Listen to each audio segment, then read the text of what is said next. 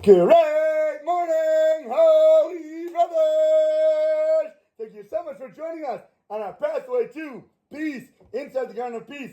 We're on chapter 1. We're on page 25. And today's lesson is called the most important mitzvah of them all. You know, like the one ring to rule them all from the Lord of the Rings? This is the mitzvah that will rule everything else in your life, because this is the most important, most centripetal force that draws everything else in. And we understand how to live our lives based on this, and everything else follows. Here we go. Know full well the most important thing in the service of Hashem is, say it with me, Shalom Arush, peace in the home. Here we go. Here is where a husband must invest all of his efforts, all of his time, all of his love, all of his zealousness for this most important mitzvah that obligates him, not one day, not a week, not the day of his wedding, not the week of Shabbat Brachos, not the first month or year of his marriage, but his entire life, man. As long as a person is lacking in a peaceful marriage, he must devote so much, and as much as he can, to learning about what it means to have peace in the home, to praying for having peace in the home. If you're not knowing what to do, how can you ever do it right? I don't understand how people can get married nowadays. They have chassan classes, but where are they learning about how to act? What does it mean to be a husband, to be a good husband? The definition of a husband. They want to enter into a relationship, but they have no clue what they're supposed to be doing. So then, of course, they're going to run into trouble. And then when they get into an argument with their wife, they're going to look for a compromise. Because, she's got to, if I'm going to give in, why doesn't she have to give in? What does it mean? They have no idea even what they should be doing from step one, out of the gate. They don't even know they're in a race, and everybody's running right past them. And if they do know about what they have to do, you better be sure to understand that every single day, the Yetzer Hara is going to be attacking them to try to dominate, to try to win, and they have to pray to Hashem every day for Shalom Bayis. If you're not going to pray for it, there's no way you're never going to slip up. Because without Hashem's help, it is almost impossible for a person of physical flesh and blood to be able to win all the time against the Yetzer Hara. It's crazy. To achieve this Shalom Bayis, this peace in the home. Thank you for being here. A common misconception is that attending to a wife's needs is a complete and utter waste of time, especially Torah learning time. How many people have to say, no, what do you mean? I got to sit down with my wife at night? She wants to watch a show? She wants to tell me about her day? This is my chavrisa time. This is my learning time. I have a mitzvah all day to be studying Torah and to be learning Torah. And she's going to be detracting from me. She's pulling away from my learning time. Now I'm missing out on mitzvahs. I'm missing out on my specific way to be growing and coming closer to Hashem. They think that this wife is here and being the opposite of what they're here to achieve. So they think that they don't need to listen to their wife. They think, how about go talk to your friend? I got to run out the house right now. I'll talk to you later.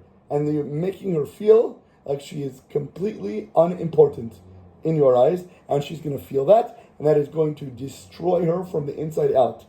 But if we know the reality and we understand this world, we can understand that the opposite is what is actually true.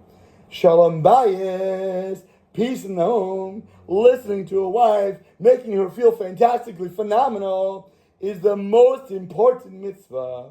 And not only is it his most important mitzvah, but it is his barometer of his service to Hashem. How God views you is reflected in the way in which your wife is loving you or hating you at the moment. You want to know what Hashem thinks of you? Just turn to your wife. Is she telling you that you had an amazing day today, you were such a helpful husband, or you're a piece of garbage because you didn't even take out the garbage? Are you doing things good and making her happy? Then Hashem is going to say, look at how I love you so much. See how your wife is behaving towards you. Thank you, Rabbi. And a barometer of our service. Maybe you get for Shavuot an English tikkun. For the Shavuos. Okay. I have one. His lifelong project. I don't know if I'm going to be here. I'm going to be in Lakewood. Okay, we'll talk. You're on video, Rabbi. Say hello. Say hello to everybody. What? You're on video. You're on video. Hi. Thank you. Okay. So, barometer, it's a service of Hashem. Thank you, Rabbi. So if you want to know what Hashem thinks of you, look at your wife. How is she acting towards you? What is she saying? How is she saying what she's saying? The way the words are coming out. It's not just what it's saying, but how the message is delivered is going to be how it's supposed to be meant for you. And this is your real test in life. We must understand that this means that since Shalom Arush is the most important mitzvah, no other commandment pushes our wives aside. I don't care what your excuse is going to be, whether you have to go to work, whether you have to go to learn, or it's time to daven vasikin even vasikin, can you imagine? Your wife says, I need your help right now. The baby's screaming.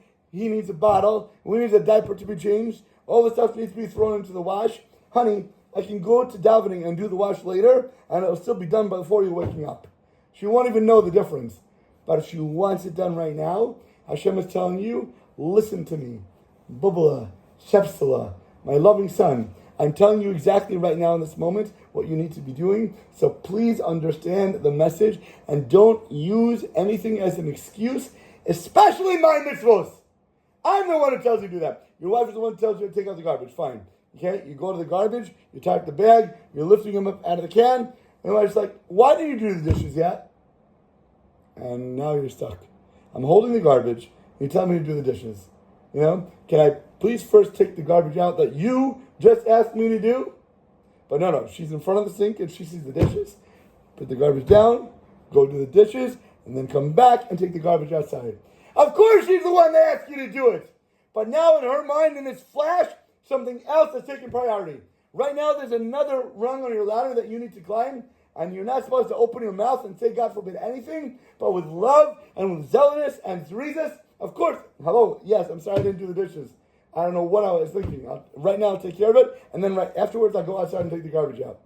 Don't use an excuse of something that she said. Don't use an excuse of something that God said to do when you hear something right in front of you that has to take priority. We cannot use davening with a minion nor learning as an excuse for not listening to our wives. Completely unacceptable. Many times it is so much easier not to deal with issues and just to run away from them. You want to hide your head in the sand. You want to close the closet door. But Hashem is teaching us that we must force our egos. We must face them head on and not say, I'm going to not do this right now. And that is going to make you a humble person in the process. If you're able to do and say, yes, I understand my priority, and even if something else can come a new priority, you don't open your mouth and say something. You're like, okay, I get it. And while you're doing that, you're putting yourself down and you're making something else more important in the moment. And that is what it's all about. Remaining single. One's objective in life is to kick cling and come close and connect to our Creator, to Hashem. Yes? And we have to connect to His Torah, and we have to connect to His commandments and do everything that He asks of us. So, apparently, how much easier would it be to do as a single person and as a bachelor? You're not going to have the yoke of a wife who's on your shoulders, in your face, all day, all night. And you don't have to worry about having children. You don't have to worry about making a livelihood for her because she needs your money. If you are able to be free and nobody bothers you, you can put your head in the books and study all day, all night. Nobody's yapping at you. Nobody's telling you what to do. Nobody's demanding you of your time. So you think, oh my gosh, how much better would it be if I could just be by myself, live in an apartment, talk to Hashem all day, do His podus, and fulfill every single mitzvah? From a logical standpoint, you might think that makes sense. You might think that that's right. That's why we need to learn this book. That's why you need to listen to these videos and understand what is going on in your life. If so, one could surmise that Hashem would want us to remain single as long as we possibly could, or even for our whole lives. Be that monk on the mountain. Be that Buddhist up on the hill. Be away from everything. No physical pleasures. No desires that are drawing you away from this and putting you into this physical world. And then you can serve Hashem with no outside influence in your big bubble surrounded, and nothing's going to penetrate. Nothing's going to be a problem. Even the Gemara says that a married man has a millstone around his neck. The Gemara says this. It's a heavy burden that you're going to have to wear. In other words, it's a formidable burden. Yet, the reality is that Hashem does not want you to remain single. He does not want you to be a bachelor. He does not want you out of an unhindered process to be able to serve Him. There is going to be a challenge, and that is needed in order for us to help get to where we need to be and understand what God thinks of us.